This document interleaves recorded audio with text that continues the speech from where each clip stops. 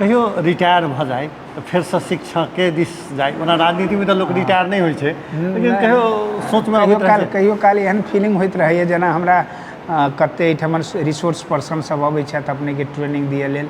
सांसदे सबके बीच में अहाँके जे है से कहियो काल अहाँके काठमांडू से रिसोर्स पर्सन सब अबैत रहै छथिन, तऽ हुनको सबके फील होइत रहै छै। हमहूँ जेना मानि लिअ अपन विचार अभिव्यक्त करैत रहै छी तऽ हमरा बुझाइत रहैए हुनको सबके जे है से हिनका एहि सेक्टरमे लऽ जाइ कि तेहन हुनको सबके रहै छै।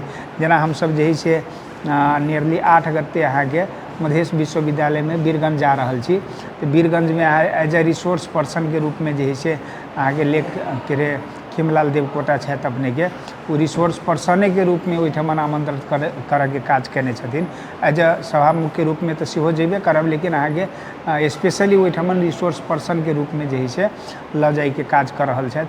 तेनाहिते अहाँके हम 5 गते जे है से अपने के ओतऽ जा रहल छी के राजविराज, ओहिनो अहाँके कृषि विश्वविद्यालय में 6 गते हुए जे है से एनाहिते मानि लिअ विद्यार्थी सब जोड़े इंटरेक्शन है हमर, तो एहि हिसाब से जे है से हमरा एहिमे बहुत आनंद अबैया।